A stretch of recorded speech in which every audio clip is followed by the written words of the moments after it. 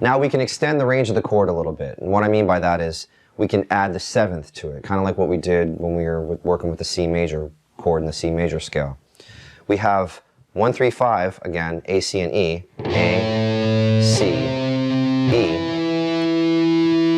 Now what we're going to do now, we're going to skip over F, which is the sixth degree of the A minor scale, and we're going to add G, which is the seventh. So now we have root 3, 5, and 7, like this. A, C, E, and G. Again, adding the seventh gives you a little more color. It makes it a little more, well, some people would say it makes it a little more jazz sounding, but it just gives it a little more of a, again, a colorful sound, just that's away from the core sound of the triad. So here's the root 3, 5, and 7 in the second octave. We start again with A, C, E, and we skip over F and we go up to G. So that's root 3, 5, and 7. Now I'm going to do something similar to what I did before with the A minor loop that we put together. And I'm going to do the same kind of thing. I'm going to start and stop on all the chord tones, including the seventh this time.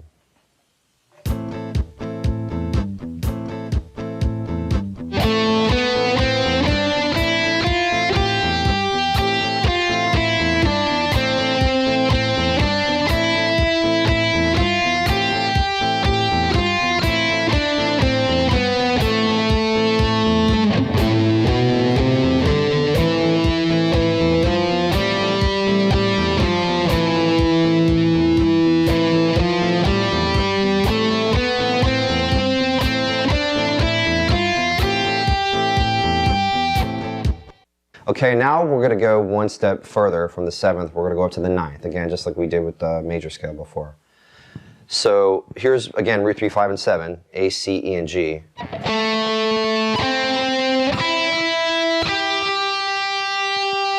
Now again, G is the seventh, so I'm going to skip A, which is the eighth, or the octave, and I'm going to go up to B, the high B note, which gives us the ninth. So here's the root 3, 5, 7, and 9.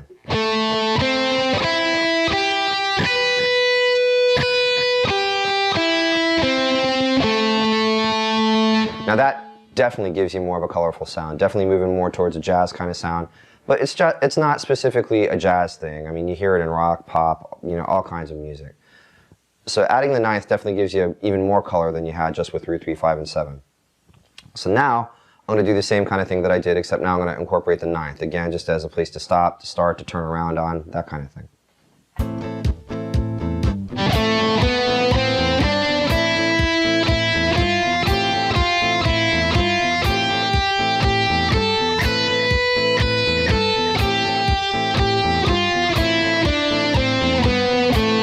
Here's the lower octave.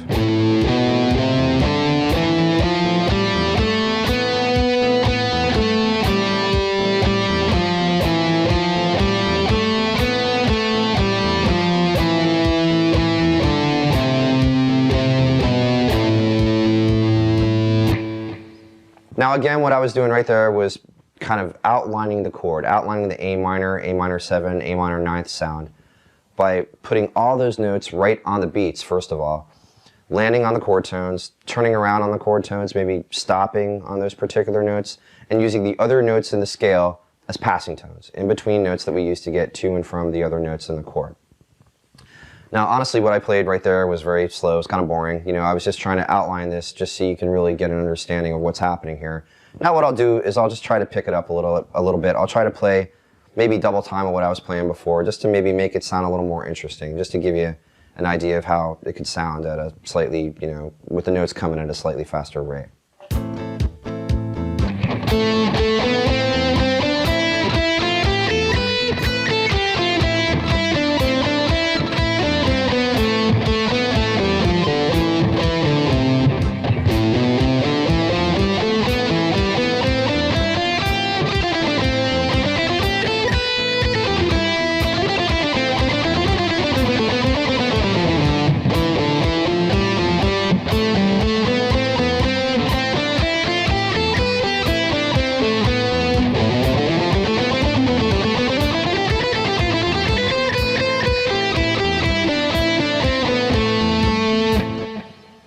Now again, I was still trying to stick to my same basic principles of landing on the chord tones on the beat, using the other notes in the scale as passing tones, and every now and then playing arpeggios. You're just playing strictly the chord tones to outline the chord. Kind of got away from that a couple times, but oh well, you get the idea, hopefully.